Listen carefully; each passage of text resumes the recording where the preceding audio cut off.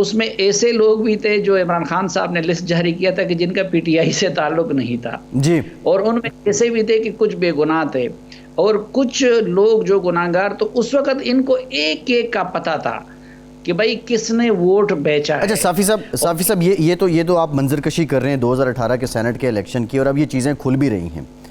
ابھی سلطان محمد صاحب جو وزیر قانون ہیں، جس طرح آپ نے بھی کہا اور پارلیمانی امور بھی وہ دیکھتے رہے، وہ قومی وطن پارٹی سے پی ٹی آئی میں آئے۔ اب یہ جو آج ویڈیو سامنے آئی اور آپ نے کہا کہ 2 وزیر ویڈیو دکھا رہے تھے، بظاہر یہ امپریشن تھا کہ پی ٹی آئی یہ نیریٹو بلڈ کرنا چاہ رہی ہے کہ ہم جو ہمارے ساتھ ایسے لوگ تھے جو بکے تھے، ہم نے ان کو پارٹی سے نکال دیا تھا۔ لیکن سلطان محمد ان کے وزیر قانون ہیں، آپ کیا سمجھتے ہیں جو بیانیہ حکومت کی جانب سے آج بلڈ کیا جا رہا تھا وہ ایک دم سے ہی زمین بوس ہو گیا؟ دیکھیں، سلطان محمد صاحب اس وقت آفتاب شیرپاؤ صاحب کی پارٹی میں تھے، لیکن ہر کسی کو پتا تھا کہ شیرپاؤ صاحب کے یہ سارے لوگ بک گئے تھے۔ پھر میں نے آپ کو بتا دیا تھا کہ خود تو اس وقت انہوں نے یہ سب انتظام بھی کیا تھا کہ خفیہ کیمرے اسمبلی ہال میں لگائے تھے، باقی سب کچھ۔ تو پرویز خٹک صاحب، عمران خان صاحب، اسد کیسر صاحب کو ایک ایک بندے کا پتہ تھا کہ کون کون بکا ہے۔ پھر یہ جن لوگوں نے ان کو ویڈیو دی ہے تو ظاہری بات ہے ان لوگوں نے بھی وہ انفارمیشن دی ہوگی، لیکن اس کے بعد معراج ہمایون اور ان کو تو شیرپاؤ صاحب نے فارغ کر دیا، لیکن اس کے بعد اپنی پارٹی میں لا کے پی ٹی آئی نے ان کو ٹکٹ بھی دیا اور پھر آج کے دن تک وہ وزیر قانون بھی رہے۔ دوسری بات میں آپ کو یہ بتاؤں کہ دیکھیں، یہ تو سینٹ کے الیکشن میں تو یہ گندا دھندا جو ہے بدقسمتی سے یہ تو سالوں سے جاری ہے، اور اس لیے ہم جیسے طالب علموں نے ماضی میں بار بار یہ لکھا ہے کہ سینٹ کا الیکشن آپ لوگ کروا دیں عام ووٹنگ کے ذریعے، جس طرح کہ امریکہ میں ہوتا ہے۔ تیسری بات یہ ہے کہ جب آپ خود پیسے والوں کو ٹکٹ دیں گے، مثلا عمران خان صاحب نے کے پی میں ٹکٹ کس کو دیے تھے؟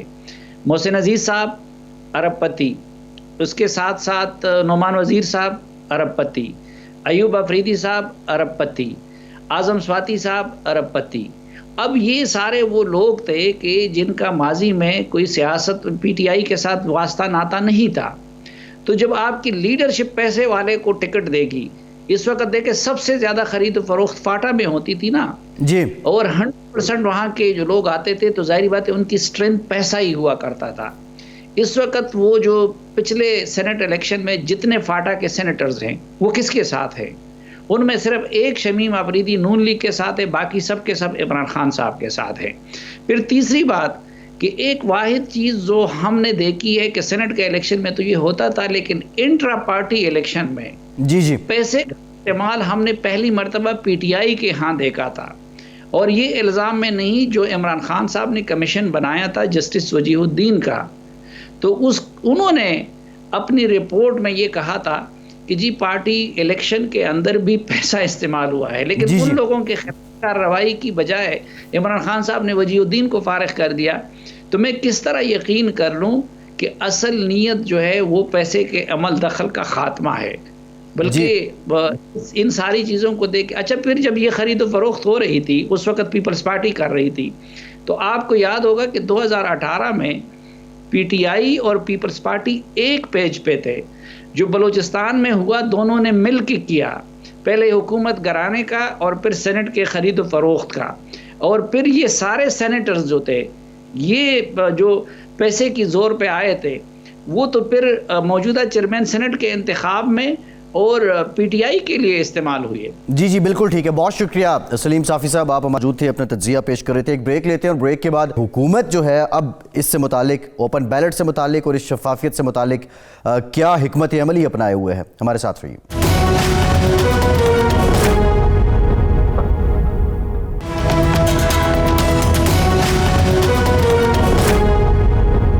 بریک کے بعد ایک بار پھر سے آپ کو خوش آمدید کہیں گے۔ ہمیں جوائن کیا ہے پاکستان تحریک انصاف کے سینئر رہنما ہیں، صوبائی وزیر ہیں فیاض الحسن چوہان صاحب نے۔ بہت شکریہ چوہان صاحب آپ کے وقت کا۔ چوہان صاحب، ایک ویڈیو آئی اور اس کے بعد یہ بتایا گیا کہ پی ٹی آئی نے 2018 میں یہ لوگ جنہوں نے مبینہ طور پہ خرید و فروخت کی تھی ان کو پارٹی سے نکال دیا تھا، لیکن اب یہ انکشاف ہوا کہ اس ویڈیو میں سلطان محمد صاحب جو اس وقت کسی اور جماعت میں تھے، بعد میں آپ کی جماعت میں آ گئے اور صوبائی وزیر ہیں کے پی کے میں قانون کے، وہ بھی شامل ہیں۔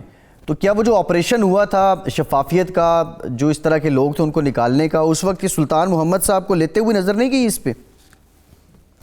بسم اللہ الرحمن الرحیم. دیکھیں آپ نے خود اپنی اس کوشچن کے اندر یہ کہہ دیا کہ جو ہم نے اس وقت ایکشن لیا تھا وہ ہمارے اس وقت کے 20 ارکان تھے کہ جو پی ٹی آئی کے ٹکٹ سے منسلک ہوئے تھے، اور پاکستان کی ہسٹری میں پہلی دفعہ کسی پولیٹیکل پارٹی نے اپنے رکن اسمبلی کے خلاف ایکشن لیتے ہیں انہیں پارٹی سے خارج کیا تھا، پارٹی سے نکالا تھا. یہ جن کا آپ نام لے رہے ہیں یہ اس وقت ہمارے پارٹی کے ممبر یا پارٹی کے رکن اسمبلی نہیں تھے، یہ تو آپ نے خود بتا دیا. اب دوسری بات یہ ہے کہ جب اب وہ اگر منتخب ہوا ہے تو اس کے بعد اگر کوئی ایسا ایکٹ کریں گے تو اس کے حوالے سے پھر آپ کا کوشچن جناب ویلڈ بنتا ہے کہ یہ ہماری رسپانسبلٹی ہے کہ وہ جناب انہوں نے کیوں جناب ہارس ٹریڈنگ کے شکار ہوئے، کیوں انہوں نے خرید و فروخت کی اپنے ووٹ کی. تو اس وقت وہ ہمارے ممبر نہیں تھے، اور اب کی دفعہ اگر خدا نہ خواستہ کوئی ایسی چیز ہوتی ہے تو آپ کو اچھے نظر آ جائے. اچھا، آپ کے علم میں نہیں تھا کہ یہ لوگ بھی جو ہے وہ خرید و فروخت کرنے والوں میں شامل تھے؟ اس وقت آپ نے ان کو لے لیا اپنی پارٹی میں، اس سے پہلے آپ کی جماعت جو بات یہ ہے کہ ہم تو جب ہماری پارٹی میں شامل ہوں گے، ہمارے حکومت میں شامل ہوں گے، تو اس کے بعد ہم ان کی کسی نہ کسی بھی ایکٹیویٹی کی، جو پولیٹیکل ایکٹیویٹی ہوگی، جو پارلیمانی ایکٹیویٹی ہوگی، اس کی رسپانسبلٹی پھر ہمارے اوپر، پارٹی کے اوپر اس صورت پہ ہوگی نا. اس سے پہلے انہوں نے جو ہے نا وہ کسی پارٹی کے اس پہ کیا اور وہ اس وقت اوپن نہیں ہوئے. اب آپ سپوز جو ہے نا وہ ویڈیو آ گئی ہے تو پھر اس پہ ذمہ داری تو نہیں بنتی نا اس نہیں. یہ چوہان صاحب مثال کے طور پہ کل کو کوئی اور شخص ہے، کوئی پرومیننٹ فگر ہے کسی دوسری جماعت کا، اور جس کے بارے میں آپ الزامات بھی لگاتے ہیں. دیکھو سمپل سی بات ہے، میں آپ کی بات ٹوکے یہاں پہ جناب مسلمان ہے نا ہم، جناب ایک مسلمان کی حیثیت سے ہماری کوشش ہوتی ہے کہ ہم دین اسلام کی تاریخ میں سے اور تاریخ اسلام میں سے، صحابہ کرام میں سے اور ہم اولیاء میں سے ہم جناب مثالیں لینے کی کوشش کرتے ہیں. دیکھو اب جو لوگ جو ہے وہ نبی پاک صلی اللہ علیہ وسلم پہ ایمان لانے سے پہلے جو ہے جو عمل کرتے رہے، تو کوئی کہے یار کہ یار یہ ایمان لے آیا ہے تو اس سے پہلے کہ اس کے کوئی کرتوت گنوانا شروع کر دے. پھر اسی طریقے سے کوئی نیکی کے کام میں آپ کسی پارٹی کے اندر تبلیغی جماعت کے اندر ایک بندہ شامل ہو گیا، ساری عمر قتل و غارت گری کرتا رہا، ساری عمر ڈاکے ڈالتا رہا. اس طرح کی ہزاروں مثالیں موجود ہیں، یا دعوت اسلامی میں یا جماعت اسلامی میں یا کسی نیکی کے گروہ میں کوئی بندہ شامل ہوا لیکن ساری زندگی پہلے جناب وہ بری زندگی گزارتا رہا، لیکن جب شامل ہو گیا تو کوئی انگلیاں اٹھانا شروع کر دے کہ یار دیکھو یار پرانا یار یہ اس طرح تھا تو آپ کو پتہ نہیں. تو چوہان صاحب اگر رانا ثناء اللہ صاحب پی ٹی آئی میں شامل ہو جائیں تو جو الزام آپ ان پہ لگا رہے ہیں بھائی رانا وہ دھل جائیں گے. جب سنے دھل نہیں جائیں گے. رانا ثناء اللہ صاحب پی ٹی آئی میں شامل ہوں گے تو شامل ہونے کے بعد تو جو ایکٹیویٹیز ہوگی اس کے اوپر ان کے اوپر گہری نظر ہوگی. اس سے پہلے کی اگر کوئی کرائم یا کوئی جرائم ہوئے ہوں گے اور ان کے کیس چل رہے ہوں گے تو وہ کما حق ہو اس کو بھگتیں گے، وہ کما حق ہو اس کی سزا پائیں گے. اگر کسی کیس چل رہا ہوگا، جب کیس نہیں چل رہا ہوگا، صرف ایک بربل اورل جناب ایک ورچوئل قسم کے الزامات ہوں گے تو پھر اس کی ذمہ داری نہیں ہوگی. ٹھیک ہے، سمپل سادہ سی لاجک ہے.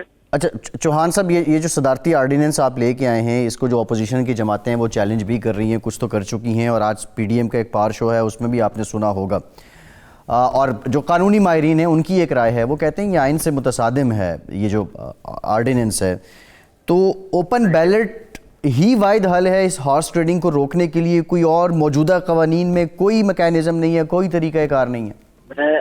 میں حیران ہوں جس نے بھی کہا، جس آئین کے نام نہاد ماہر نے یہ الفاظ کیے کہ یہ آئین سے متصادم ہے. میں پارلیمنٹیرین ہوں، ٹھیک ہے جی، 21 سال سے جناب الیکشن کی پالیٹکس کے اندر ہوں، جو تھوڑا بہت آئین قانون پڑھا. اور پرسوں ابھی سپریم کورٹ نے اس کیس کی جو ہیئرنگ ہوئی اس کے اندر چیف جسٹس کے ریمارکس ہیں کہ جناب ہم آئین جو ہے وہ اور سپریم کورٹ جو ہے وہ نہیں روک سکتی حکومت کو جناب آرڈیننس جاری کرنے سے. یہ آئین کے مطابق ایک طریقہ کار ہے کہ 3 مہینے کے لیے جو سٹنگ حکومت ہے وہ صدر کے ذریعے سے جو ہے وہ آرڈیننس لا سکتی ہے. کہ کس جناب میں سمجھتا ہوں عقل کے اندھے نے جو ماہرین. خیر چوہان صاحب، یہ ایک علیحدہ بحث ہے. ان کا کہنا ہے کہ جو مشروط یا سن سیٹ آرڈیننس ہے اس پہ جا کے ان کے اعتراضات ہیں. بہرحال بہت شکریہ فیض الحسن چوہان صاحب، صوبائی وزیر پنجاب، ہمارے ساتھ تھے، جیل خانہ جات کے وزیر ہیں، اور اپنی رائے، اپنی پارٹی کی رائے دے رہے تھے. ہمیں جوائن کیا ہے پاکستان کا ایک بہت ہی معتبر نام، سابق صدر ہیں، سابق چیئرمین سینٹ ہیں، قانون ساز بھی رہے ہیں، قانون دان بھی ہیں، وسیم سجاد صاحب نے. Sir thank you very much for joining اس. وسیم سجاد صاحب، یہ ساری بحث تو جاری ہے لیکن ایک ویڈیو آپ بھی نیوز میں دیکھ رہے ہوں گے کہ کس طرح جو پیسے لے رہے ہیں جو فاضل ممبران ہیں صوبائی اسمبلی کے اوپر. یہ 2018 کی ویڈیو ہے. کیا پاکستان میں جو اس وقت قانون رائج ہے یا جو آئین ہے اس میں ووٹ بیچنے اور ووٹ خریدنے والے کے خلاف کارروائی ہو سکتی ہے؟ جی بالکل ہو سکتی ہے جی. یہ بدعنوانی میں آتا ہے. اگر کسی کے خلاف ثابت ہو جائے کہ اس نے ووٹ خریدا ہے, ووٹ بیچا ہے, پیسے لے کے بیچا ہے, پیسے لے کے خریدا ہے, تو یقیناً اس کے خلاف کارروائی ہو سکتی ہے فوجداری قانون کے تحت. یہ دھوکہ دہی میں بھی آتا ہے, اور یہ اگر ثابت ہو جائے تو پھر اس سے بعد مزید کارروائی ڈسکوالیفیکیشن کی بھی ہو سکتی ہے اگر وہ شخص الیکٹ ہو جائے. یہ کون سے آئین کے کون سے آرٹیکل ہیں؟ کیا 62-63 کے تحت کارروائی ہوگی یا آپ فوجداری کا ذکر کر رہے ہیں؟ جی اس میں جی فوجداری قانون کا بھی اطلاق ہو سکتا ہے, 62-63 کا بھی ہو سکتا ہے.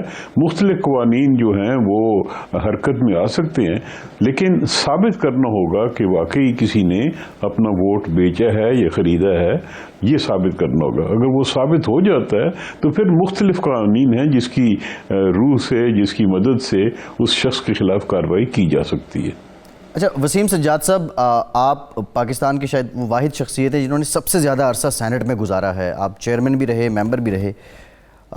یہ جو خرید و فروخت ہوتی ہے, یہ کیا اس بات کو مان لیا جائے کہ یہ پاکستانی جو سیاسی کلچر ہے اس کا حصہ تھا اور اوپن بیلٹ ہی اس کا واحد حل ہے, یا موجودہ جو قانون ہیں اس کے تحت بھی ہارس ٹریڈنگ کو یا یہ خرید و فروخت کو روکا جا سکتا ہے؟ جی اس میں ہارس ٹریڈنگ کو روکنے کے لیے سب سے مؤثر طریقہ تو یہ ہے کہ جب کینڈیڈیٹ کا انتخاب کیا جاتا ہے اور پولیٹیکل پارٹیز انتخاب کرتی ہیں تو اس وقت سوچ کے کریں کہ ہم کس شخص کو, اس کا کیا پس منظر کیا ہے, اس کا بیک گراؤنڈ کیا ہے, اس کی تعلیمی قابلیت کیا ہے, یہ اس کا خاندان کیا ہے, یہ ساری چیزیں دیکھ کے ان کو ٹکٹ دینا چاہیے تاکہ بعد میں وہ اس قسم کی حرکت نہ کرے. اور اگر وہ یہ نہیں دیکھیں گے اور صرف اس لیے اس کو ٹکٹ دے دیں گے کہ اس کے ساتھ بندے زیادہ آئے ہیں یا اس کی کوئی علاقے میں کوئی حیثیت بنی ہوئی ہے, تو پھر یہ اس قسم کے واقعات آئیں گے. سب سے ضروری بات تو یہ ہے کہ یہ کلچر پولیٹیکل پارٹیز کے اندر ڈیولپ ہونا چاہیے. دوسرا یہ ہے کہ جی عوام کے اندر بھی ایک شعور پیدا کرنا چاہیے کہ یہ جو لوگ ہارس ٹریڈنگ کرتے ہیں, خرید و فروخت کرتے ہیں, یہ اصل میں عوام کو بیچتے ہیں اور عوام کے ساتھ دھوکہ کرتے ہیں. تو عوام کے اندر بھی ایک شعور پیدا کرنا چاہیے کہ ایسے شخص کے خلاف کہ وہ اس کو ووٹ نہ دیں. ایسا ایک کلچر, ایسا ایک شعور پیدا کرنا چاہیے. لیکن ہم نے یہ دیکھا ہے کہ ایک شخص کے خلاف واضح الزامات ہوتے ہیں پھر بھی اس کو ووٹ مل جاتے ہیں. تو یہ ایک ہمیں تبدیلی کرنی ہوگی. میرا خیال میں اس میں وقت لگے گا اور ایک وقت ضرور آئے گا جب عوام کے اندر اس کے خلاف ایک نفرت پیدا ہوگی اور لوگ اس کو ووٹ نہیں دیں گے. اور سب سے بڑا میرا خیال میں مؤثر طریقہ یہی ہوگا. جی اچھا وسیم سجاد صاحب, آپ کہہ رہے ہیں کہ اگر یہ سیاسی رویے بدل دیے جائیں تو ہارس ٹریڈنگ خود بخود رک جائے گی. یہ جو صدارتی آرڈیننس سامنے آیا ہے, ایک تو یہ بتا دیں, ایک بات سمجھ نہیں آتی کہ پہلے صدارتی ریفرنس سپریم کورٹ بھیجا گیا, ابھی اس کا فیصلہ نہیں آیا, پھر آئینی ترمیم قومی اسمبلی میں دے دی گئی, پھر یہ صدارتی آرڈیننس سامنے آ گیا اور وہ بھی سنسٹ ہے, مشروط ہے. تو آپ کیا سمجھتے ہیں یہ آرڈیننس آئین کے تحت ہے؟ بہت سے لوگوں کا کہنا ہے, قانونی ماہرین کا, یہ آئین کے متصادم بھی ہے. اس سے متعلق آپ کی رائے کیا ہے؟ میری رائے یہ ہے جی کہ آئین میں آرٹیکل 226 میں بڑے واضح طور پہ لکھا ہے کہ سینٹ کا جو الیکشن ہوگا وہ خفیہ رائے شماری کے تحت ہوگا. اور یہ ہوتا رہا ہے, یعنی جب سے سینٹ بنی ہے 1973 کے آئین کے بعد, تو جتنے بھی الیکشن ہوئی ہیں وہ خفیہ رائے شماری کے تحت ہوئی ہیں, کیونکہ آئین میں یہ لکھا ہوا ہے 226 میں. اور آئین کو تبدیل صرف آئین کی ترمیم سے کیا جا سکتا ہے, کوئی تبدیلی عام قانون سے نہیں کی جا سکتی. تو یہ جو حکومت نے ایک آرڈیننس جاری کیا ہے, میرے خیال میں یہ ایک دانشمندانہ قدم نہیں ہے. پہلے خود ہی انہوں نے سپریم کورٹ میں ان کی رائے مانگی. اس کا مطلب یہ ہے کہ ان کو یہ ابہام تھا, وہ سمجھ رہے تھے کہ بھی یہ کوئی واضح بات نہیں ہے, سپریم کورٹ سے رائے لینی ہے. پھر جب معاملہ سپریم کورٹ میں پینڈنگ تھا تو ایک آئینی ترمیم بھی لے آئے قومی اسمبلی میں، جو کہ وہاں پاس نہیں ہو سکی، اور پھر جب وہ بھی نہیں ہوا تو ایک آرڈیننس لے آئے جو کہ آرڈیننس آئین میں ترمیم نہیں کر سکتا۔ تو میرے خیال میں مناسب تو یہی تھا کہ سپریم کورٹ کے فیصلے کا انتظار کیا جاتا اور سپریم کورٹ کے فیصلے کی رائے کے مطابق یا اس کی روشنی میں پھر مزید اگر جو بھی اقدامات کرنے ہیں وہ کیے جاتے۔ تو یہ میرے خیال میں جو رویہ تھا یا طریقہ کار استعمال کیا گیا ہے یہ درست نہیں تھا، اور یہ اس لیے کیا جا رہا ہے کیونکہ حکومت کے پاس اتنی اکثریت نہیں ہے کہ وہ آئینی ترمیم کر سکے۔ تو جب اکثریت نہیں ہے تو پھر اس کا طریقہ یہ ہوتا ہے کہ یا تو پارٹیز کے ساتھ مل جل کے بیٹھ کے ایک کنسنسس پیدا کیا جائے اور ترمیم لائی جائے، اگر نہیں تو پھر انتظار کیا جائے کہ جب ان کے پاس اکثریت ہوگی تو وہ ترمیم کر لیں۔ لیکن یہ موجودہ جو طریقہ کیا گیا ہے یہ درست نہیں لگتا مجھے۔ اچھا وسیم سجاد صاحب، آپ کو کیا لگتا ہے جو اس وقت قانون رائج ہے وہ کافی ہے یا اس میں واقعی ترمیم کی ضرورت ہے، اور اگر یہ اوپن بیلٹ ہو جاتا ہے تو پھر یہ ہارس ٹریڈنگ وغیرہ ختم ہو جائے گی؟ دیکھیں جی، یہ پہلی چیز تو یہ ہے کہ اس کو اگر آپ نے تبدیل کرنا ہے خفیہ رائے شماری کا طریقہ تو پھر آپ کو آئین میں ترمیم کرنی ہوگی۔ تو اب آئین میں ترمیم ہوگی تو پھر یہ ایسا معاملہ ہے جس میں کسی کو یک طرفہ قدم نہیں اٹھانا چاہیے۔ یہ آئین میں جو بھی ترمیم ہوتی ہے اس میں تمام پارٹیوں کو شامل ہونا چاہیے، ان کی رائے لینی چاہیے، پبلک کی رائے بھی لینی چاہیے، کیونکہ آئین کوئی عام قانون نہیں ہوتا، آئین ایک سوشل کانٹریکٹ ہوتا ہے جسے بڑی سوچ سمجھ کے بنایا جاتا ہے، اس لیے اس میں ترمیم بھی مشکل ہوتی ہے۔ لہٰذا اگر یہ فیصلہ کرنا ہے کہ جی ہم نے رائے شماری کو اوپن کرنا ہے تو پھر آئین میں ترمیم کرنا ہوگی اور تمام پارٹیز کو ساتھ لے کے چلنا ہوگا، اور پھر اس کنسنس کے تحت وہ ترمیم کے لیے جو اقدام ہوتے ہیں وہ کرنے چاہیے۔ اچھا وسیم سجاد صاحب، جو صدارتی ریفرنس بھیجا گیا سپریم کورٹ کے پاس، اس میں یہ استدعا کی گئی کہ سپریم کورٹ اس سے متعلق اپنی رائے دے۔ اب جو صدارتی آرڈیننس آیا اس میں یہ کہا گیا کہ یہ ود سبجیکٹ ٹو دی رائے آف سپریم کورٹ ہے۔ اب بہت سے لوگوں کا یہ کہنا ہے یہ بحث پھر سے چل نکلی ہے کہ عدلیہ سپریم ہے یا پارلیمان سپریم ہے، تو آپ کیا سمجھتے ہیں اس موو کی ضرورت تھی؟ سپریم کورٹ سے رائے لینا اس موقع پہ بنتا تھا؟ بہرحال جی، میں تو سمجھتا ہوں کہ آرٹیکل 226 بڑے واضح ہے، لیکن اگر حکومت سمجھتی ہے کہ ابہام ہے اور انہوں نے سپریم کورٹ سے رجوع کر لیا ہے تو پھر سپریم کورٹ پاکستان کے سب سے بڑا ادارہ ہے، عدالتی ادارہ، اور انہوں نے ہی آئین کی اور قانون کی تشریح کرنی ہوتی ہے۔ تو مناسب یہ تھا کہ پھر سپریم کورٹ کے فیصلے کا انتظار کیا جاتا اور جو سپریم کورٹ فیصلہ دے اس کے مطابق پھر جو بھی اقدامات ہوتے ہیں وہ کرنے چاہیے۔ جی ٹھیک ہے۔ اس کارروائی کے دوران آرڈیننس لانا یہ کوئی دانشمندانہ قدم نہیں ہے۔ ٹھیک ہے وسیم سجاد صاحب، ایک بریک لیتے ہیں اور بعد واپس آئیں گے۔ تو جو کل اسلام آباد میں ہوا وکیلوں کی جانب سے کہ کس طرح وہاں پہ جو عدلیہ ہے، وہاں جو معزز ججز ہیں ان کو محصور کیا گیا، یہ رویے کیوں پنپ اٹھے ہیں وکلاء میں؟ بریک کے بعد اس پہ بات کرتے ہیں، ہمارے ساتھ رہیے۔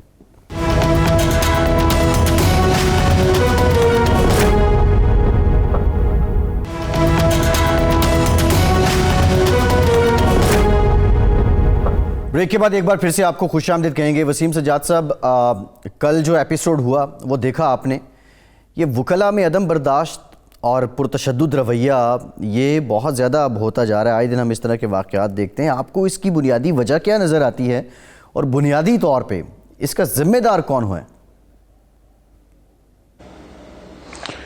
یہ جی قابل افسوس ہے، کیونکہ وکیل جو ہوتے ہیں انہیں کبھی بھی قانون کا دامن نہیں چھوڑنا چاہیے، اور ہمارے سامنے سب سے بڑی مثال جو ہے وہ قائد اعظم کی ہے، جنہوں نے پاکستان حاصل کیا، ملک حاصل کیا، لیکن کبھی تشدد کا راستہ نہیں اپنایا۔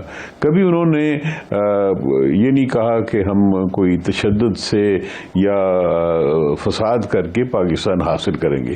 ہمیشہ انہوں نے قانون آئین کی بات کی، اور ایک معجزہ ہے کہ انہوں نے اس طرح ایک نیا ملک جو ہے وہ قائم کیا۔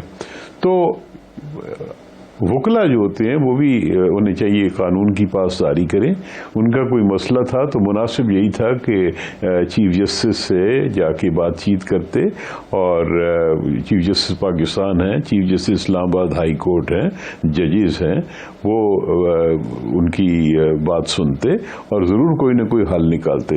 لیکن یہ تشدد کرنا, توڑ پھوڑ کرنا, یہ مناسب نہیں ہے. اچھا وسیم صاحب, بعض لوگوں کا یہ کہنا ہے کہ یہ وکلا میں جو تشدد کا رویہ زیادہ جب زور پکڑا ہے وہ افتخار چودھری بحالی تحریک کے بعد جو ہیں وہ یہ رویہ زیادہ پنپتا گیا. کیا آپ اس سے ایگری کرتے ہیں, یا اس سے پہلے بھی اس طرح کے واقعات ہوا کرتے تھے, یہ مار دھاڑ, توڑ پھوڑ؟